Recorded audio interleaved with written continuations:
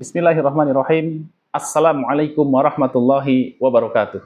Teman-temanku yang dirahmati oleh Allah Subhanahu wa taala, pada pertemuan kali ini saya tidak ingin membicarakan hal-hal yang serius, tetapi saya ingin membicarakan hal-hal yang santai. Kita santai saja ya, teman-teman.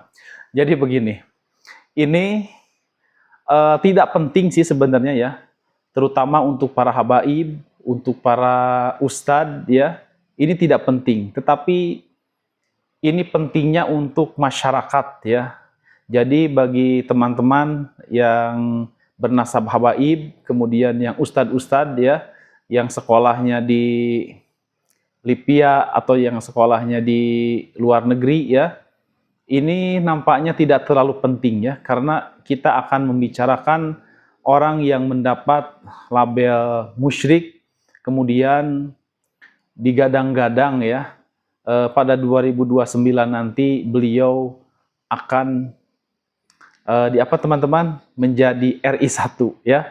Mungkin ini adalah kabar baik ya buat masyarakat Jawa Barat, dan juga mungkin juga ini adalah kabar buruk bagi saudaraku para habaib dan juga para ustadz-ustadz yang kontrak dengan Kang Deddy Mulyadi. Baik, ini menarik bagi saya, akan tapi ini menarik sekaligus ngeri-ngeri sedap sih sebenarnya ya, karena ini akan ada bocoran bagaimana caranya menangkal Kang Deddy Mulyadi agar gagal di mana, di Pilpres 2029 ya. Kalau sampai Kang Deddy maju, dirasa ini akan menang ya, tetapi ada syaratnya ya. Ini ngobrol santai aja. Jangan terlalu dianggap serius ya teman-teman, santai, ini hanya prediksi saya aja ya.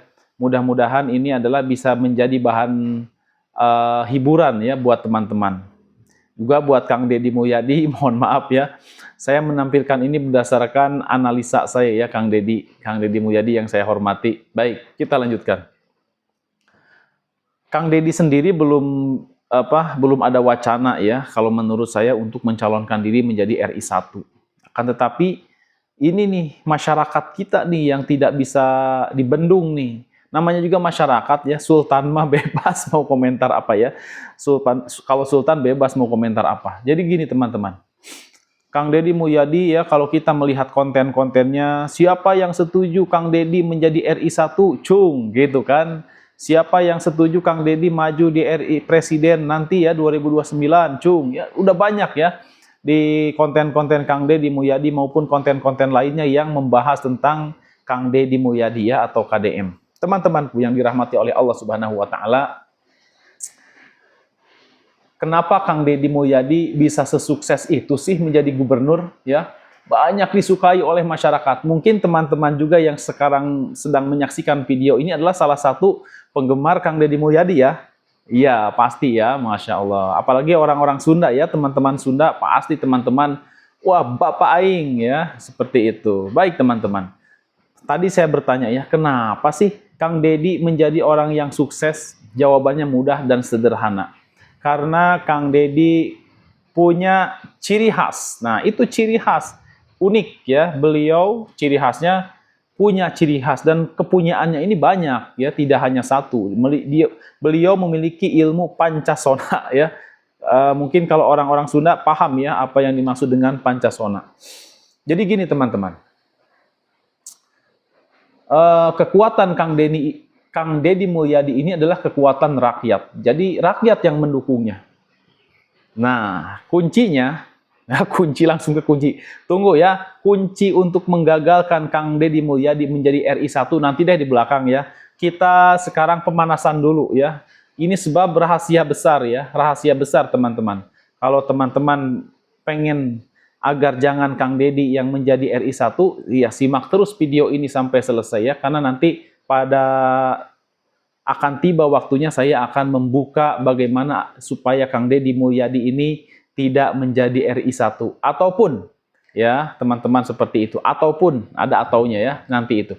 Baik, kita akan menjawab dulu tadi pertanyaan, kenapa sih Kang Deddy Mulyadi bisa sukses? Yaitu karena beliau memiliki keunikan ya, memiliki keunikan dalam memimpin Jawa Barat ini. Beliau terjun langsung ke masyarakat, bahkan ketika ada bencana di Bogor, beliau langsung datang.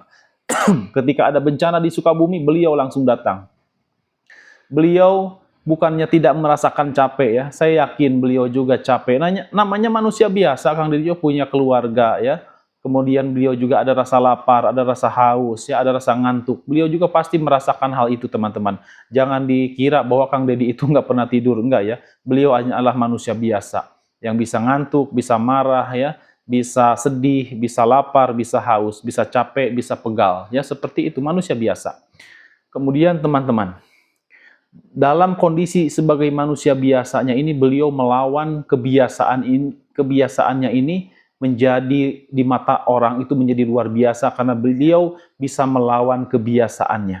Ya, manusia biasa bisa ngantuk, bisa sedih, bisa lapar, tetapi beliau lawan hanya untuk sekedar mengunjungi, melihat warganya yang terkena musibah. Itulah kekuatannya sehingga masyarakat terpesona ya. Itulah pancasona. Jadi membuat orang terpesona. Itu rahasianya. Terus selain itu juga Kang Deddy Mulyadi tidak segan-segan ya, tidak takut wah ria nih, arya usyirkul asgor, takut dibilang ria, enggak ya. Beliau pokoknya di mana itu kebaikan, beliau akan tayangkan kebaikan itu dan akan dibagikan kepada masyarakat. Yang pertama adalah masyarakat nanti bisa terhibur dengan tayangan beliau. Itu adalah membuat orang lain senang, itu ibadah teman-teman ya. Seperti itu. Jadi beliau banyak ya sudah membuat orang lain senang melihat konten-kontennya ya, bahkan ada yang sampai menyucurkan air mata melihat kebaikan Kang Deddy Mulyadi lewat konten-kontennya. Seperti itu ya. Jadi itulah rahasia kesuksesan Kang Deddy Mulyadi. Kenapa? Di antaranya ya, masih banyak lagi rahasia lainnya yang tentunya tidak bisa kita sebutkan satu persatu di acara yang sekarang ini. Karena di acara yang sekarang ini kita akan membicarakan bagaimana caranya agar supaya Kang Deddy Mulyadi tidak naik menjadi RI1. Karena sebagaimana kita ketahui ya, sudah banyak di media sosial yang menyatakan hal itu. Ya, Kang Deddy sendiri belum mengeluarkan statement ya untuk pencalonan diri akan menjadi RI1. Kan tetapi semua pendukungnya rata-rata mendukung beliau menjadi RI1. Bukan hal yang tidak mungkin. Kemudian tentu bagi orang-orang yang kontra, kita anggap aja habaib ya, atau habib, kita anggap aja mereka orang yang termasuk tidak setuju jika Kang Deddy Mulyadi nanti menjadi RI1. Jangankan menjadi RI1, menjadi gubernur Jawa Barat aja kan para habib tidak setuju ya dengan Kang Deddy Mulyadi, apalagi mungkin menjadi RI1. Itulah kaidahnya ya. Seperti itu. Nah, saya mau memberikan bocoran ya kepada teman-teman habaib bagaimana caranya agar Kang Deddy Mulyadi gagal menjadi RI1. Dan ini boleh dianggap serius, tetapi jangan terlalu dianggap serius ya. Ini hanya sebagai masukan ya, masukan dari saya. Jadi begini, baik kita akan masuk langsung ke dalam intinya ya. Kalau teman-teman ya, para habaib, para ustadz yang selama ini berseberangan dengan Kang Deddy Mulyadi, sebut saja ya Ustadz Alfian Tanjung. Ustadz ya, kalau Ustadz sekarang melihatnya mohon maaf ya, saya tidak bermaksud untuk menyerang Ustadz, tidak. Ustadz tetap adalah orang yang saya hormati ya, Ustadz Alfian Tanjung, Habib Rizik ya, orang yang saya hormati. Tetapi di sini saya pun posisinya mengagumi Kang Deddy Mulyadi sebagai gubernur Jawa Barat ya, sebagai orang yang banyak jasanya terhadap masyarakat. Seperti itu saja. Jadi begini ya, kepada para habaib, kepada para ustadz ya yang selama ini berseberangan, kalau antum ingin menggagalkan Kang Deddy Mulyadi ini menjadi RI1 ya, kuncinya mudah, sangat mudah. Apa itu? Mulai sekarang, mulai detik ini, hilangkan prasangka buruk terhadap Kang Deddy Mulyadi. Itu. Sekali lagi ya, mulai sekarang hilangkan prasangka buruk ya, prasangka ya. Hilangkan prasangka buruk yang ada pada diri Ustadz terhadap Kang Deddy Mulyadi ya. Pada diri habaib, pada para habaib ya, hilangkan prasangka buruk terhadap Kang Deddy Mulyadi. Kenapa harus begitu? Ya karena Inilah salah satu cara untuk mencegal Kang Deddy Mulyadi agar tidak lolos menjadi RI 1. Kenapa demikian? Ingat kasus Pak Jokowi dengan Pak Prabowo? Nah, disitulah kuncinya teman-teman. Masyarakat Indonesia itu, ya, ketika Pak Prabowo maju di Pilpres dengan lawannya Pak Jokowi, kita ketahui bahwa hampir rata-rata orang-orang yang mendukung Pak Prabowo adalah dari kalangan habaib, dari kalangan ustadz-ustadz yang sudah kita ketahui. Ya, seperti itu. Terus bagaimana? Ternyata hasilnya Allah mentakdirkan Pak Jokowi yang menang. Nah, itu kuncinya teman-teman ya. Kenapa Pak Jokowi menang? Karena Pak Jokowi posisinya orang yang terzalimi ya, seperti terzalimi, difitnah ini dan itu ya. Akan tetapi Pak Jokowi konsisten, dia masuk ke gorong-gorong ya tanpa membalas statement-statement negatif ya, disebut PKI lah ya, sebut antek-antek ya, itulah label-label negatif terhadap Pak Jokowi. Tetapi alhasil bagaimana masyarakat iba ya melihat Pak Jokowi, meskipun beliau diserang dari sana sini ya melalui statement-statement, tetapi beliau tetap fokus berbuat kebaikan terhadap masyarakat, yang akhirnya Allah Subhanahu wa taala mentakdirkan Pak Jokowi yang menang ya di Pilpres kemarin, di Pilpres yang tahun lalu ya, sebelum Pak Prabowo menjadi presiden saat ini. Nah, begitupun dengan Kang Deddy Mulyadi. Jika Ustadz dan para habaib ingin menggagalkan Kang Deddy Mulyadi naik menjadi RI 1, dekati dia ya, dekati ya, silaturahim dengan Kang Deddy Mulyadi, ngopi bareng ya, dekati oleh para ustadz, oleh para kiai ya, ajak pengajian di rumahnya ya, dan dengan sendirinya. Maaf Pak Deddy Mulyadi, maaf ya, Kang Deddy Mulyadi, maaf saya membocorkan rahasia ini hanya sekedar buat obrolan santai sore aja ya. Kalau emang ini benar, wallahu alam, saya juga ini hanya sekedar mengira-ngira ya, membaca situasi yang ketika Pilpres Pak Jokowi dengan Pak Prabowo ya, seperti itu. Jadi maaf ya sekali lagi. Jadi gitu Pak Ustadz, Pak Habib, kalau tidak ingin Pak Deddy Mulyadi ya, Kang Deddy Mulyadi masuk di Pilpres ya, menjadi pemenang di Pilpres, mulai saat ini bersihkan hati ya, bersihkan pikiran, datanglah kepada Kang Deddy Mulyadi. Biarkan ada patung juga di rumahnya, biarkan kan. Punya agenda besar ya, punya agenda lebih besar, yaitu ingin menggagalkan Kang Deddy Mulyadi menjadi Pilpres. Dekati oleh para ulama ya, oleh Habib Rizik ya, oleh Ustadz Alfian Tanjung ya, dekati ya Kang Deddy Mulyadi, ajakin ngobrol ya, kirim bawa oleh-oleh ya, datangi rutin tiap bulan tuh, adakan pengajian, tahlilan ya di sana di kampung Kang Deddy Mulyadi. Dengan sendirinya para pendukung Kang Deddy Mulyadi jika melihat itu ada dua kemungkinan. Yang pertama adalah kecewa dengan Kang Deddy Mulyadi ya, kecewa. Karena kenapa kecewa ya? Karena selama ini kan rata-rata para pendukung Kang Deddy Mulyadi itu nggak senang dengan tingkah laku oknum-oknum Habib, maaf ya Pak Habib Rizik, dengan oknum-oknum Habib yang sudah kita ketahui ya, banyak di media sosial yang disebarkan ya, kekurangan-kekurangannya seperti itu. Ya seperti itu, atau omongan-omongannya yang memang kadang ya seperti itulah, tidak usah kita sebutkan. Jadi begitu caranya. Kalau ingin menggagalkan Kang Deddy Mulyadi menjadi RI 1, tinggal datang saja ke rumahnya, dekati, jangan dijauhi. Kalau dijauhi justru orang-orang yang tidak senang Pak Habib Rizik atau Pak Ustadz Alfian Tanjung bersatu dengan Kang Deddy, justru tambah, wah ternyata benar saya nggak suka nih dengan Habib ini, saya nggak suka dengan Ustadz ini, maka baguslah kalau ada public figure, tokoh yang berseberangan dengan mereka. Nah, mereka akan merasa senang ya melihat para habaib, para ustadz yang menjauhi, yang menyerang Kang Deddy Mulyadi. Mereka akan senang. Tapi jika Pak Habib, jika Pak Ustadz mendekati Kang Deddy Mulyadi, nah orang-orang yang senang ini akan kecewa. Antara kecewa ya, pasti kecewa. Kenapa kecewa? Aduh, orang yang saya benci selama ini malah dekat dengan ini pemimpin saya, gimana ini, takut pemimpin saya terkontaminasi dengan ajarannya. Nah itu teman-teman, kalau saya posisi Kang Baha sih senang-senang aja ya, justru itulah yang diharapkan Kang Baha.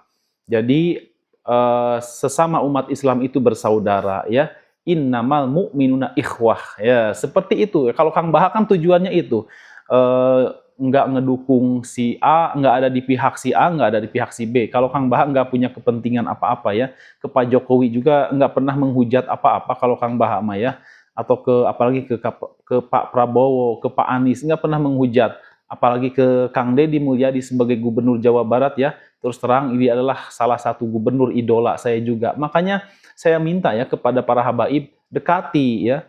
Kalau misalkan nanti pas pilpres nih ternyata Kang Deddy Mulyadi tetap menang, kan tetap enak ya. Kalau sudah deket kan kita bisa ngasih masukan juga enak ya, ngasih saran juga enak karena kita udah deket.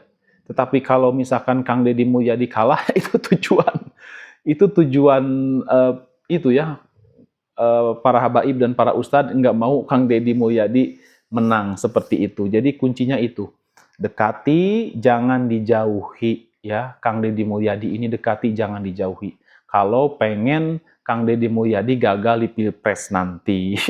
Seperti itu, maaf. Kang Deddy Mulyadi, maaf saya membocorkan rahasia besar ini. Tapi ini memang gimana ya?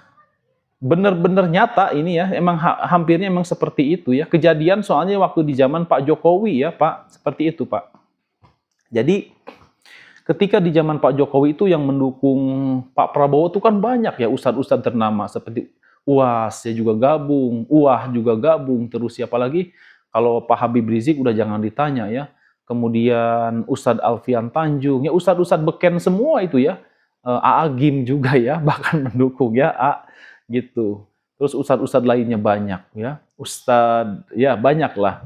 Itu, tetapi bisa kalah. Kenapa? Karena itu masyarakat tidak semuanya ya, karena di sini kita sedang membutuhkan massa ya, teman-teman, seperti itu. Sedang ikhtiarnya seperti apa ya, itu ikhtiarnya seperti itu ya, didekati ya, jangan dijauhi, seperti itu teman-temanku yang dirahmati oleh Allah Subhanahu wa taala. Innamal mu'minuna ikhwah ya, sesungguhnya umat Islam itu bersaudara. Jadi teman-temanku yang dirahmati oleh Allah Subhanahu wa taala, mudah-mudahan saja sih ya, siapapun yang menjadi presidennya, tetaplah dia orang yang mencintai negeri Indonesia ini. Dia ingin memajukan negeri Indonesia ini dengan segala keberagamannya. Kita tahu bahwa di Indonesia ini tidak hanya satu agama yang berdiri ya. Ada agama Kristen, ada agama Hindu, Buddha, Katolik, bahkan Konghucu sekarang juga ada ya, agama kepercayaan seperti itu. Kita harus saling hormat menghormati.